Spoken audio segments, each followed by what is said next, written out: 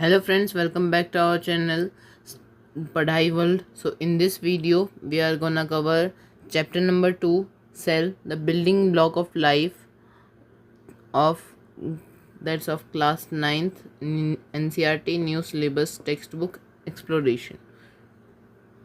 So basically in this chapter we are mainly gonna cover the mind map, explanation of the topics topic wise, and simple MCQ. So let us proceed with this video. सबसे पहले आता है mind map. सबसे पहले origin, cell का origin कहाँ से हुआ। वो हॉट स्प्रिंग्स से ऑरिजिनेट हुए और उन्हें थर्मोपाइल्स कहा जाता था। और ये किसने फाइंड आउट किया वो हम आगे जानेंगे। उसके लिए आपको वीडियो के अंत तक बने रहना पड़ेगा। फिर उसके बाद ऑरिजिन के बाद हुआ स्टडी ऑफ सेल। स्टडी की माइक्रोस्कोप के द्वारा, जो अभी सिंपल कंपाउंड और इलेक्ट्रॉन भी होता है। फर्स्ट माइक्रोस्कोप रॉबर्ट हुक ने डिस्कवर किया।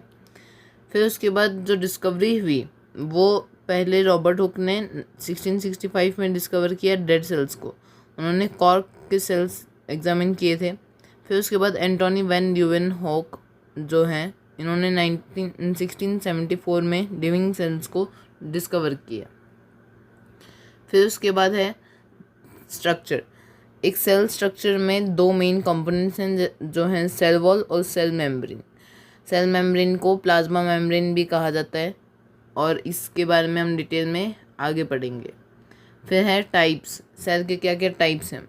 न्यूक्लियर मेम्ब्रेन प्रेजेंस के हिसाब से प्रोकार्योटिक और यूकार्योटिक सेल, जो जिस ऑर्गेनिज्म का वो सेल है उसके हिसाब से प्लांट्स, एनिमल्स और बैक्टीरिया।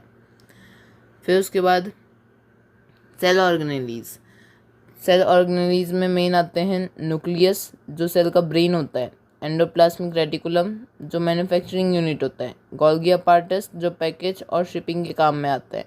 लाइजोम्स, जो क्लीनअप सिस्टम है, मतलब डाइजेशन। राइबोसोम्स, प्रोटीन फैक्ट्री होते हैं। Mitochondria, power house. Plastids, pigment और फूड सिंथेसिस में। वैक्यूल्स, स्टोरेज में काम आते हैं। फिर उसके बाद आता है सेल डिवीजन। सेल जो डिवाइड करता है, मतलब ग्रो करता है और रिप्रोड्यूस करता है, उसके दो टाइप्स हैं। एक है मियोसिस और एक है माइटोसिस। मियोसिस में दो आइडेंटिकल सेल्स होते हैं और सेम जेनेटिक्स होते हैं उन दोनों के। लेकिन माइटोसिस में 4 गैमेट्स होते हैं और डिफरेंट जेनेटिक्स होते हैं, मतलब वो जेनेटिक वेरिएशंस में हेल्प करते हैं। फिर उसके बाद जो सेल की थियरी दी गई थी वो किसने दी। प्लांट्स सेल से बने हैं ये कहा था मैथियस स्किल्डन ने, और एनिमल्स सेल से बने हैं वो थियोडर श्वान ने बोला था। फिर रिप्रोडक्शन जो होता है उन सब में वो रुडोल्फ वर्चुअर ने बोला था। उन्होंने ये बोला था कि नए सेल्स पुराने सेल से आते हैं।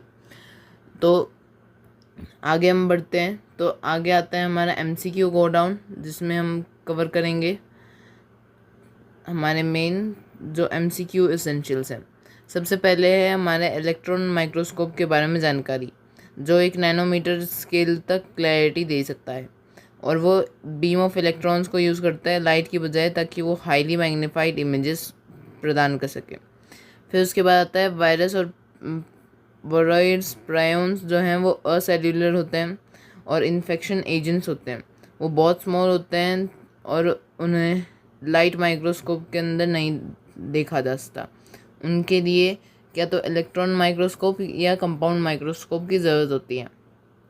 फिर ये बताया गया है कि जो वायरसेस हैं वो एक स्पेशल जेनेटिक मटेरियल होता है उनमें और प्रोटीन का कोट होता है।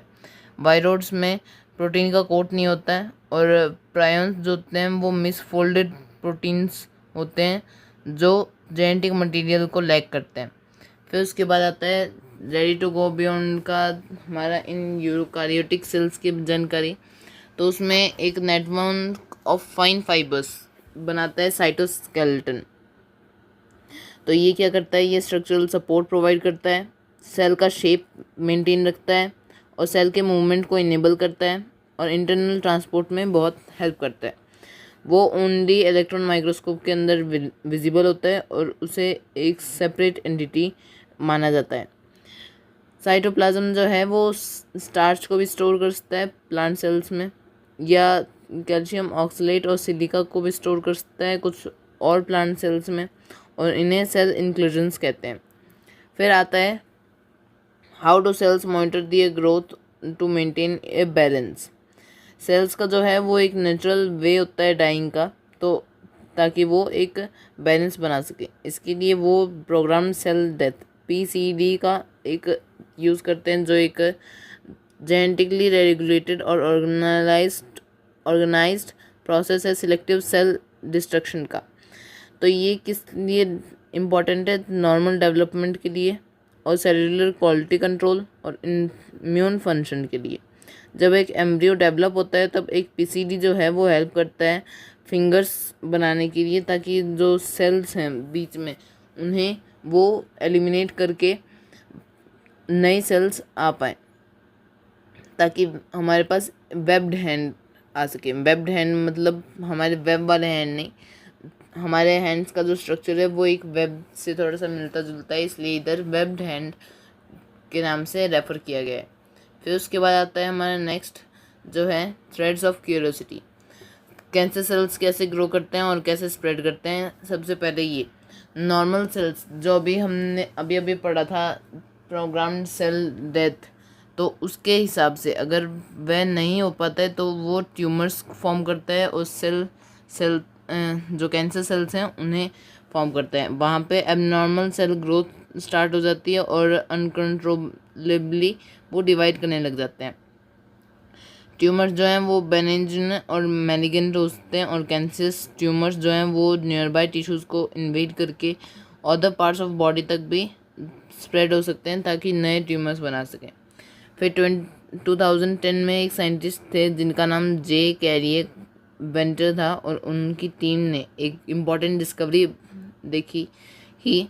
उन्होंने सबसे पहले एक DNA सीक्वेंस पढ़ा, एक सिंपल बैक्टीरियम जो माइकोप्लाज्मा है, जो सबसे स्मॉलेस्ट बैक्टीरिया है, उसको पढ़ा, और उन्होंने उसे कंप्यूटर प्रोग्रामिंग के द्वारा पढ़ा। फिर उन्होंने केमिकली सिंथेसाइज्ड मतलब उन्होंने आर्टिफिशियली एक इसका एग्जैक्ट कॉपी बनाया।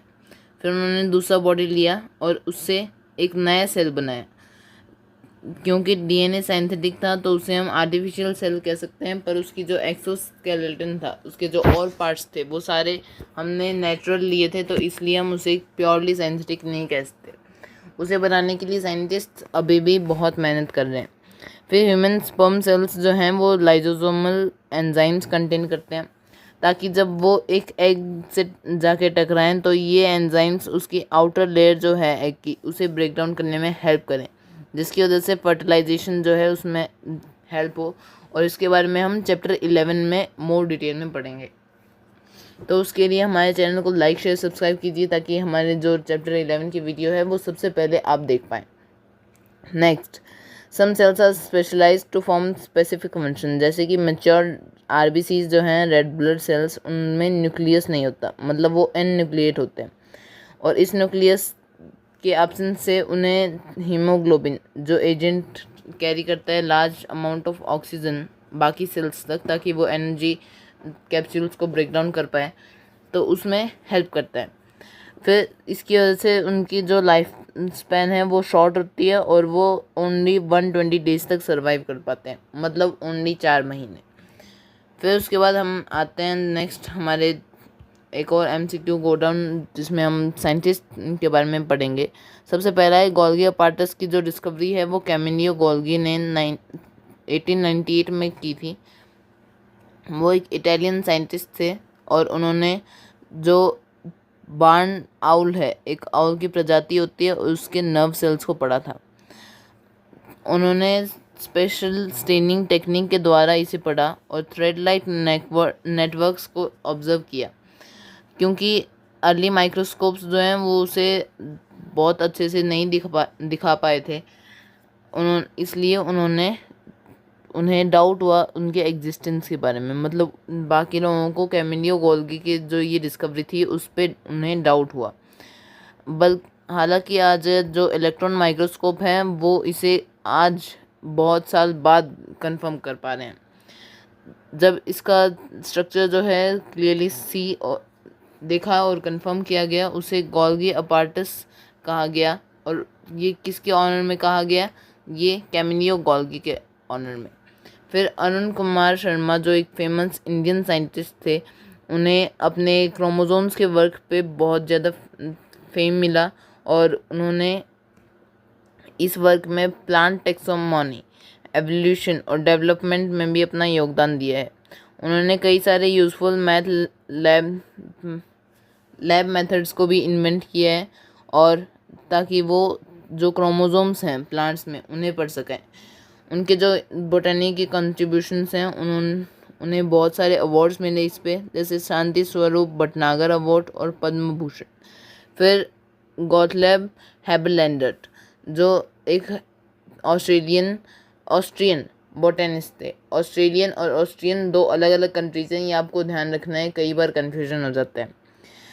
तो उन्होंने ये प्रपोज किया था कि कोई भी जो लिविंग सेल, प्लांट सेल है, चाहे वो फुल्ली मैच्योर हो और वो परमानेंट टिश्यू बन गया हो, तो वो भी एक कंप्लीट प्लांट को बना सकता है अगर उसे फेवरेबल कंडीशन कहा गया हो, दिए गए हो।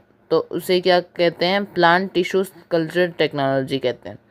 और स्पेशल एबिलिटी को टोटिपोटेंसी कहते हैं। और उनके आइडिया की वजह से एक नई ब्रांच ऑफ बायोलॉजी बनी जिसे प्लांट टिश्यू कल्चर टेक्नोलॉजी कहते हैं। फिर उसके बाद हम आगे बढ़ते हैं हमारे मेन टॉपिक वाइज नोट्स की तरफ, और उसमें सबसे पहले जो है हमें ये दिखाया गया है, जो साइंटिस्ट्स इंट्रोडक्शन में ये बताया गया है कि जो साइंटिस्ट थे वो वाइडली बिलीव करते थे कि जो लाइफ है उसका ओरिजिनेशन वाटर से हुआ है। लेकिन कुछ रिसर्चर्स ने स्टार्ट किया कि स्मॉल वाटर पूल्स पे हम चेंजिंग एनवायरमेंटल कंडीशंस जो हैं उनको ऑब्जर्व करें। उन्होंने ये पाया कि ये ओशंस में नहीं हो पाए, तो इसलिए हॉट स्प्रिंग्स एक उसका गुड एग्जांपल बने।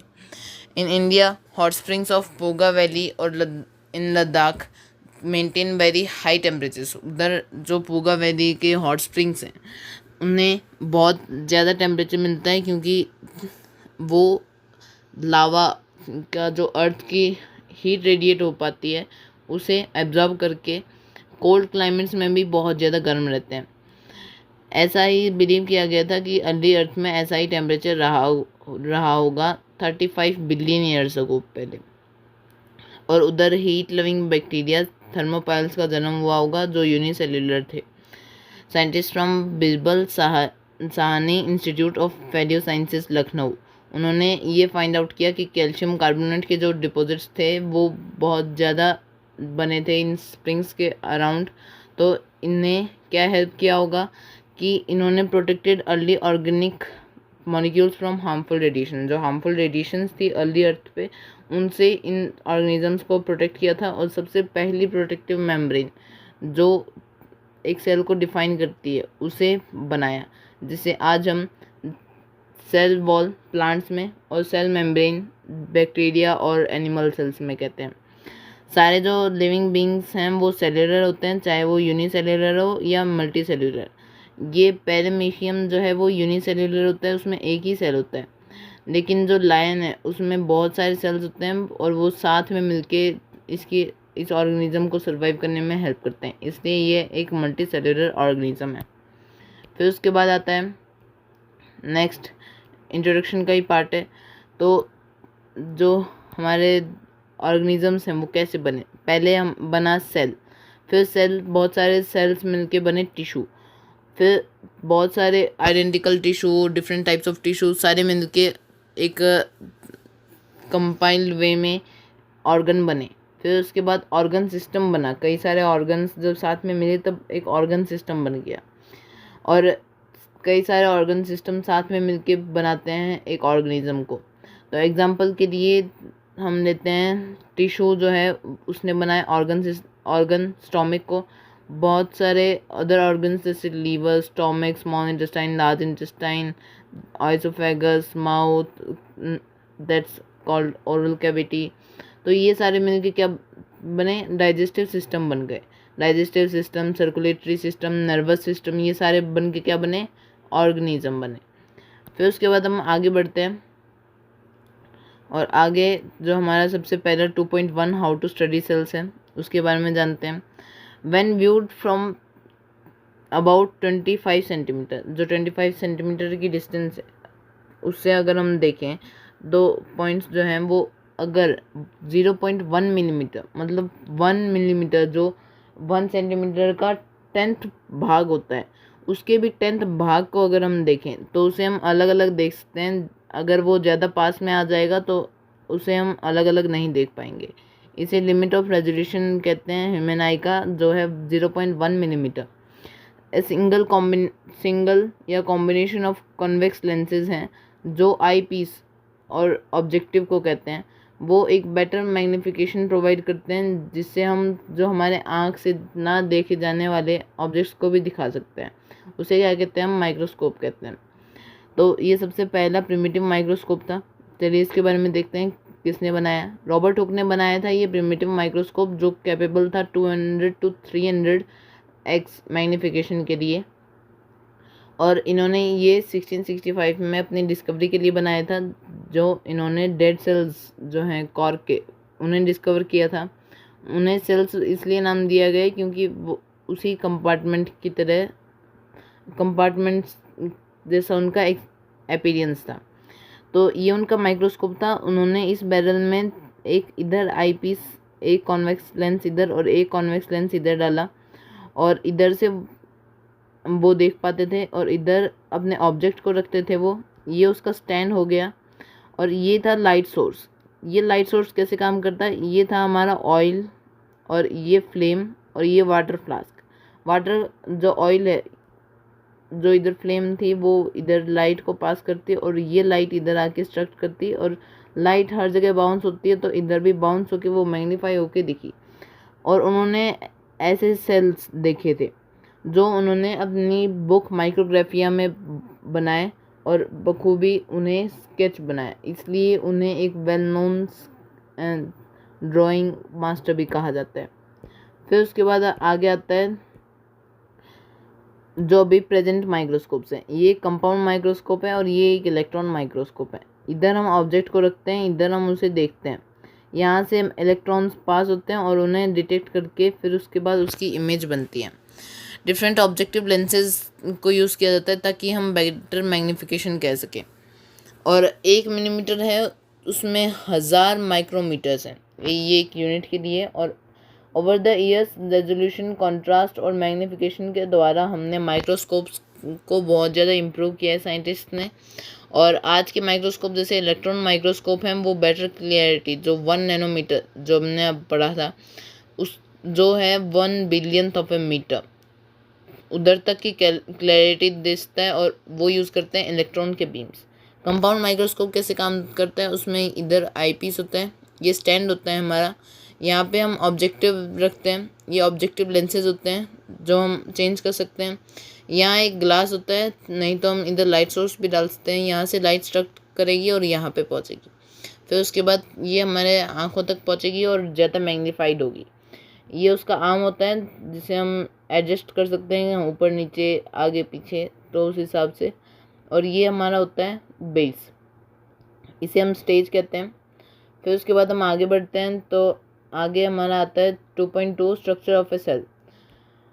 तो 2.2 स्ट्रक्चर ऑफ ए सेल में हमें क्या बताया गया है कि अगर एक सेल को हमें एबल बनाना है ताकि वो यूनिट्स की तरह फंक्शन कर पाए तो इंटरेक्शंस बहुत ज़्यादा इंपॉर्टेंट है, एक्सट्रीमली इम्पॉर्टेंट है। और ये जो इंटरेक्शंस हैं वो सेल मेम्ब्रेन और सेल वॉल में अगर करते हैं। सेल वॉल जो है प्लांट सेल्स और बैक्टीरिया और फंगाई सेल्स में प्रेजेंट होता है और ये एनिमल सेल्स में बिल्कुल प्रेजेंट नहीं होता है। 2.21 cell membrane the universal feature of a cell, इसे मैं हाईलाइट कर देता हूँ ये। ओके, तो सबसे पहले आता है कि सेल मेम्ब्रेन है क्या। एक थिन बाउंड्री है अप्रॉक्सीमेटली 7 to 10 नैनोमीटर्स की, जो लिपिड्स जिसे हम फैट्स कहते हैं प्रोटीन्स से बना है, जो सेल को प्रोटेक्ट करते हैं और उसके कंटेंट्स को और उसकी इंडिविजुअलिटी को प्रोटेक्ट करते हैं। इसे प्लाज्मा मेम्ब्रेन या सिलेक्टिवली परमेबल मेम्ब्रेन कहते हैं, क्योंकि ये हैंडल करता है कि हमें किसी सेल को एंट्री देनी है, एग्जिट देना है कि नहीं। और अलग अलग डिफरेंसेस जो हैं कॉन्सेंट्रेशन में, उसकी वजह से जो पार्टिकल्स हैं इंटरमिक्स हो जाते हैं ईच अदर के साथ, जिसे हम कंसंट्रेशन ग्रेडियंट कहते हैं। उसे फ्लूइड मोजाइक मॉडल के द्वारा सबसे बेटर एक्सप्लेन किया जाता है। इधर जो कंसंट्रेशन ग्रेडियंट है वो हम अगली स्लाइड में पढ़ेंगे। सबसे पहले इसे हम ऐसे एक्सप्लेन करते हैं, इसे फ्लूइड इसलिए कहा जाता है क्योंकि इसके जो भी कंपोनेंट्स हैं वो रोटेट, फ्लिप, स्लाइड कुछ भी कर सकते हैं, जिसकी वजह से ये फ्लूइड है।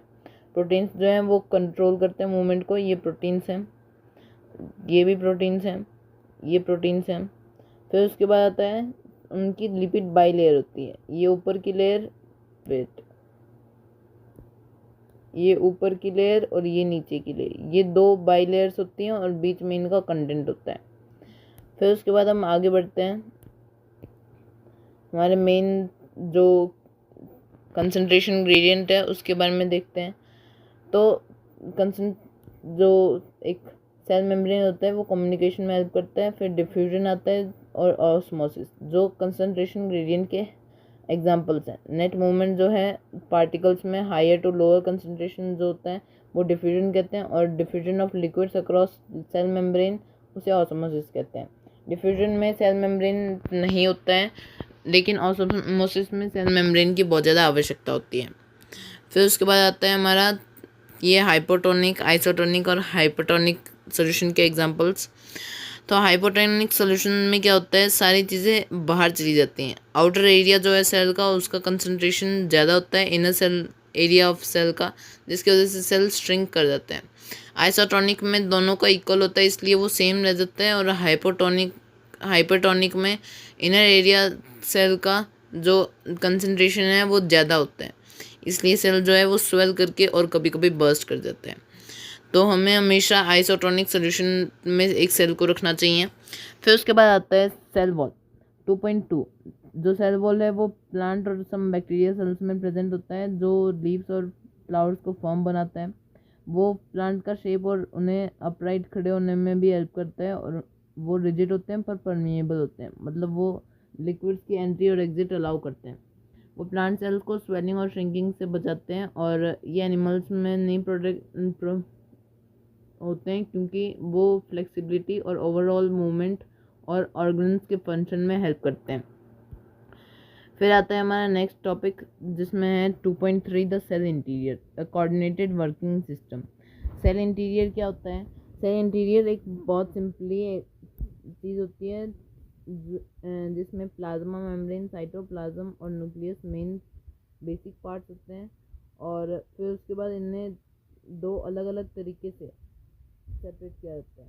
सबसे पहला प्रेजेंस ऑफ हमारे न्यूक्लियस मेम्ब्रेन। तो सबसे पहले प्रोकैरियोटिक सेल्स जो है, मतलब प्रो मीन्स प्रिमिटिव और कार्योन मीन्स न्यूक्लियस। प्रो मतलब बहुत पुराने, इससे हम याद कर सकते हैं, मतलब वो यूनिसेल्युलर होते हैं और उनमें जो डिफाइंड न्यूक्लियस है वो लैक होता है। उनमें एक मेम्ब्रेन होता है जेनेटिक मटेरियल और ऑर्गेनेल्स को बाउंड करता है, और उसकी सम डिटेल्स हैं। उसका जो डायमीटर होता है वो 1 to 10 माइक्रोमीटर का होता है। माइक्रोमीटर में यू यूज़ होता है, और उसका जो सिंबल होता है वो मैं आपको दिखा देता हूँ। उसका सिंबल होता है इस प्रकार, ऐसा। ओके, थोड़ा सा रफ बना है तो थोड़ा सा ध्यान दीजिए। और ये मोस्टली यूनिन्यूक्लियर होते हैं। और फिर eukaryotic sales, you means true और कार्योन मीन्स न्यूक्लियस। ये वेल डिफाइंड न्यूक्लियस होता है। इनमें जो एक मेम्ब्रेन होता है जेनेटिक मटेरियल और ऑर्गेनेल्स को बाउंड करते हैं। उसके जो मेन डिटेल्स हैं वो होते हैं डायमीटर 10 to 100 माइक्रोमीटर, और वो बहुत यूनिसेल्युलर और मल्टी सेल्युलर हो सकते हैं। फिर उसके बाद हम आगे बढ़ते हैं। सेल इंटीरियर का ही पार्ट है, और हम ये अलग अलग टाइप्स के जो सेल्स हैं उनके बारे में देखते हैं। बैक्टीरिया सेल जो इधर है, प्लांट सेल और एनिमल सेल। इनके जो अलग अलग पार्ट्स हैं जैसे cell membrane, nucleus, nucleolus, endoplasmic reticulum, mitochondria, cytoplasm, Golgi body, cell wall, ribosome, appendage for locomotion, ribosome again, lysosomes, chloroplast, cell wall, इसे हम आगे पढ़ेंगे। तो ये मेन बेसिक डायग्राम्स हैं। फिर ये है जो डिफरेंशिएटिव टेबल है, तो इसे आप याद कर लीजिए क्योंकि ये बहुत ज़्यादा हेल्पफुल है आपके लिए। और इसमें है सेल टाइप जो है और सेल का जो शेप होता है, सेल का वॉल, प्लाज्मा या सेल मेम्ब्रेन है कि नहीं, endoplasmic reticulum, nucleus, lysosomes, Golgi apparatus, cytoplasm, ribosomes, plastids, vacuoles और माइटोकॉन्ड्रिया, ये सारे इनकी डिटेल्स दी गई हैं। और ये एक मतलब हमारा रिवीजन टेबल है, तो इसका आप स्क्रीनशॉट ले सकते हैं अभी ताकि आप इसे याद कर सकें। Okay, so let us proceed again. Okay, why do eukaryotic cells need these organelles? ये जो सेल्स हैं इन्हें ऑर्गेनेलीज की क्यों ज़रूरत है?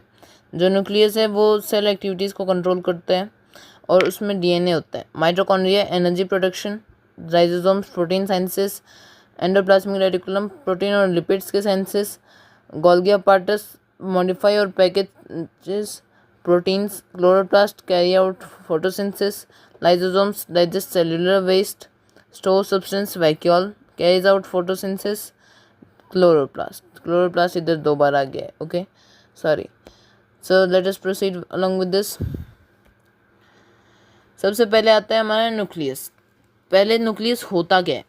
न्यूक्लियस एक हम सेल के ब्रेन की तरह है और उसमें न्यूक्लियर मेम्ब्रेन होता है, एक डबल लेयर्ड और पोरस कवरिंग होती है जो ट्रांसफ़र ऑफ मटेरियल्स के लिए ज़रूरत होती है, पोरस। फिर उसके बाद आता है न्यूक्लियोलस, जो एक डेंस राउंड बॉडी होती है जिसमें राइबोसोमल सब यूनिट्स होते हैं जो साइंसिस किए जाते हैं, वो लेटर असेंबल करते हैं और राइबोसोम्स बन जाते हैं, जिसे हम आगे पढ़ेंगे।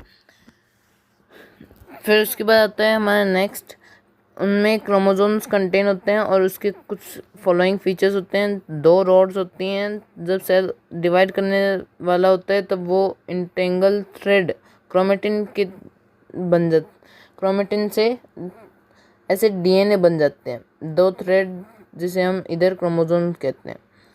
फिर उसके बाद उसमें इनहेरिटेंस इन्फॉर्मेशन होती है जो डीएनए के फॉर्म में होती है, जिसका फुल फॉर्म है डीऑक्सीरिबोन्यूक्लिक एसिड। उसमें फंक्शनल सेगमेंट्स होते हैं डीएनए के, उन्हें जीन्स कहते हैं। और न्यूक्लियोइड जो होता है वो प्रोकैरियोटिक सेल्स में होता है, जिसे हम इसमें क्रोमेटिन और प्रोटीन्स होते हैं। न्यूक्लियोइड जो होता है वो वेल डिफाइंड न्यूक्लियस नहीं होता है। सेल्स लाइक आरबीसीज और न्यूक्लिएट जो हमने पढ़ा था। फिर जो न्यूक्लियस है उसका हम देखिए, ये न्यूक्लियस है। Okay, double layered nuclear membrane है।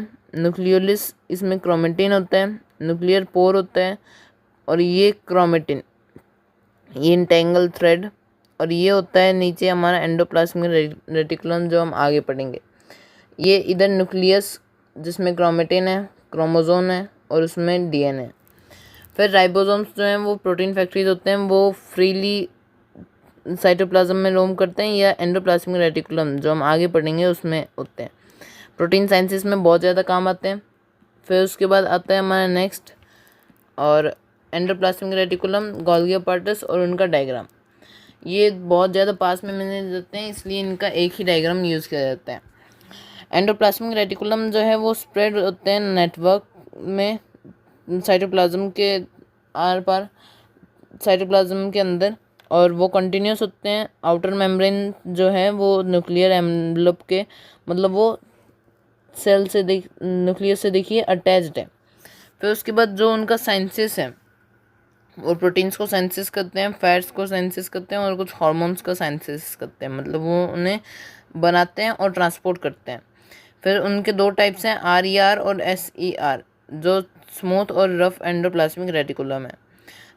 रफ क्योंकि उसमें राइबोसोम्स अटैच होते हैं और वो प्रोटीन्स का सिक्रीशन करता है। स्मूथ क्योंकि वो स्मूथ दिखता है और उसमें फैट्स और हार्मोन्स का सिक्रेशन होता है।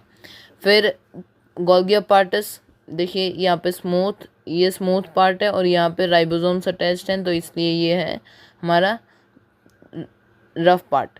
गोल्गी अपार्टस जो है उसमें स्टैक्स होते हैं फ्लैटन सैक लाइक स्ट्रक्चर्स के। देखिए ये सैक्स होते हैं और जैसे ये सैक है तो उसे आप फ्लैट कर देंगे तो वो ऐसा दिखेगा। तो ऐसे स्ट्रक्चर्स होते हैं और वो फंक्शनली लिंक्ड होते हैं एंडोप्लाज्मिक रेटिकुलम, सेल मेम्ब्रेन और सेल ऑर्गेनेलिस से। मतलब इसका जो रिलेशन है वो सीधा एंडोप्लाज्मिक रेटिकुलम से है और सेल ऑर्गेनेलिस और सेल मेम्ब्रेन से। ये मॉडिफाई करता है, सॉर्ट करता है और पैकेज में हेल्प करता है प्रोटीन्स और लिपिड्स का, और वो वेसिकल्स के द्वारा उसे ट्रांसपोर्ट कराता है। मतलब हम इसे एक फैक्ट्री के रूप में देख सकते हैं जो अपने ट्रांसपोर्ट व्हीकल वेसिकल्स के द्वारा उसे अपने सामान को पहुंचा रहा है। ये गोल्गी अपार्टस जो है वो इधर कैमिलियो गोल्गी लिखना था, सॉरी, कैमिलियो गोल्गी ने डिस्कवर किया था 1898 में। फिर उसके बाद हमारा next ribosomes, the cleanup system, sorry ribosomes नहीं, इधर लाइसोसोम्स होना है, wait let me correct it, wait इधर आएगा लाइसोसोम्स।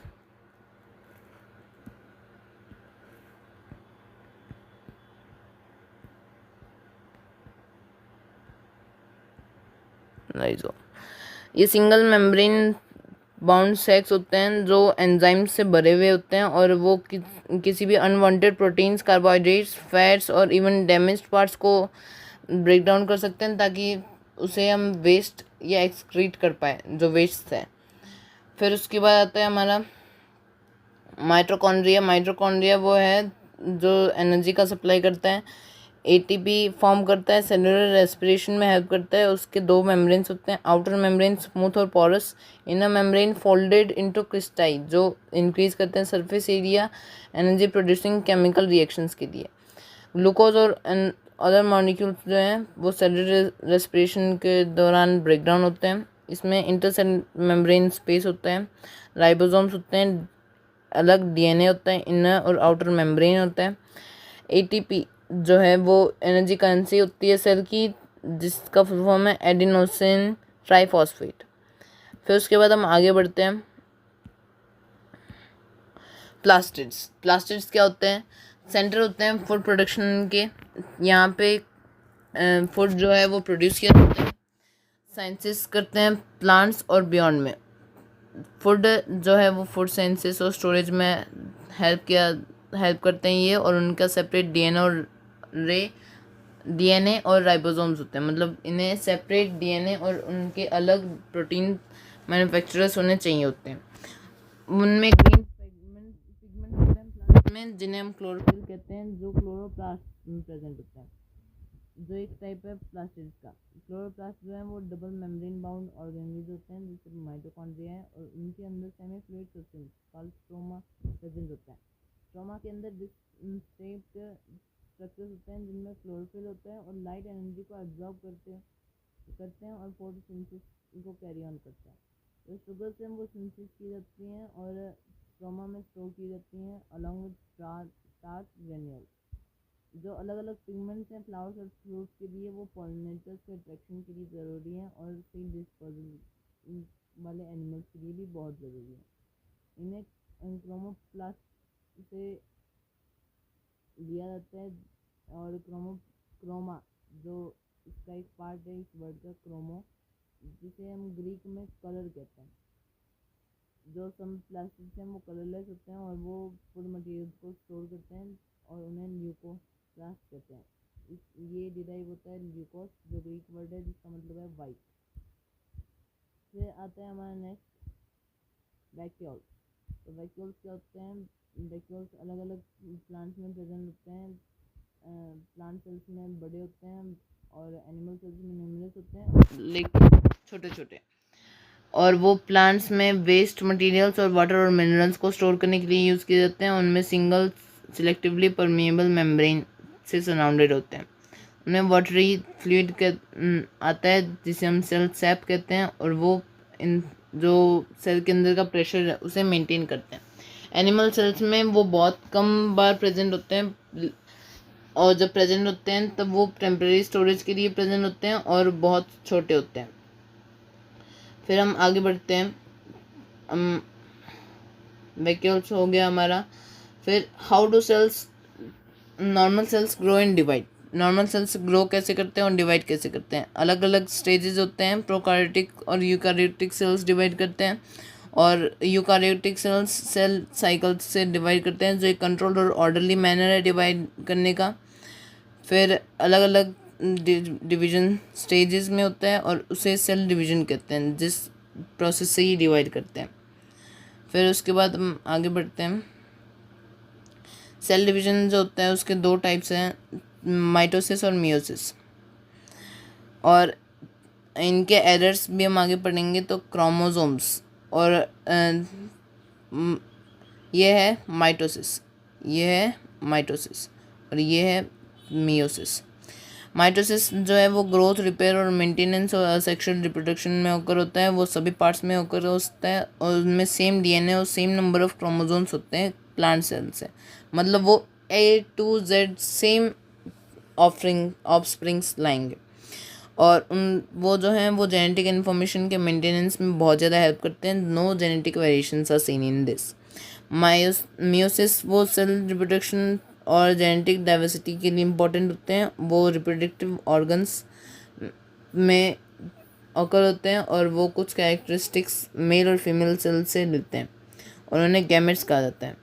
दो सेपरेट प्रोसेसेस होते हैं। सबसे पहले वो डिवाइड होते हैं 2 डॉटर सेल्स में, फिर डिवाइड होते हैं 2 डॉटर सेल्स से 4 डॉटर सेल्स में, और उनमें हाफ क्रोमोसोम्स होते हैं। फर्टिलाइजेशन के दौरान मेल और फीमेल गैमेट्स जो हैं वो कंबाइन होते हैं और रिस्टोर करते हैं नंबर ऑफ क्रोमोसोम्स को। माइटोसिस के एरर, ट्यूमर्स और abnormal number of chromosomes result होता है, और मियोसिस के दौरान जेनेटिक डिसऑर्डर्स जो है वो डेवलपमेंट और फिजिकल फीचर्स में हम देख सकते हैं। फिर उसके बाद आता है हमारा नेक्स्ट 2.5 सेल थियरी, जो हमारा लास्ट टॉपिक है। सबसे पहले है मैथियस केल्डन, जिन्होंने 1838 में कहा था कि सारे प्लांट्स जो हैं वो सेल से बने हैं। फिर नेक्स्ट थियोडर क्वान, जिन्होंने 1839 में कहा था कि सारे एनिमल्स जो हैं वो सेल से बने हैं। फिर नेक्स्ट रुडोल्फ वर्चो, जिन्होंने कहा था कि सारे प्लांट्स और एनिमल्स सेल से बने हैं, लेकिन वो रिप्रोड्यूस करते हैं अपने ही काइंड को। ये 1855 में रुडोल्फ वर्चो ने कहा था, और ये इनकी रिस्पेक्टिव पिक्चर्स हैं। रुडोल्फ वर्चो की ये, थियोडर स्कॉल्डन की ये, और मैथियस स्केल्डन की ये।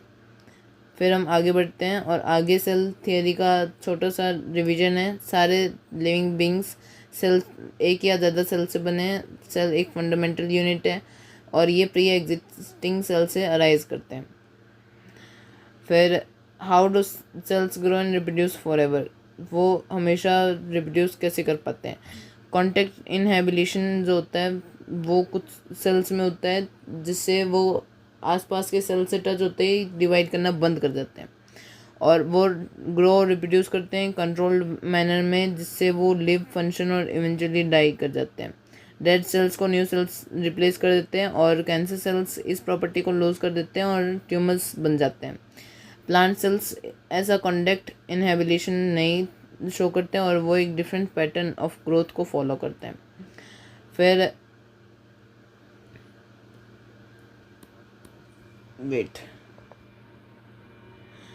फिर इसी के साथ हमारी ये वीडियो ख़त्म होती है friends. Thank you for watching my बोल video. Please like and subscribe my channel for more such videos Padhai World, and you can download the PDF link from the description box. Thanks for watching.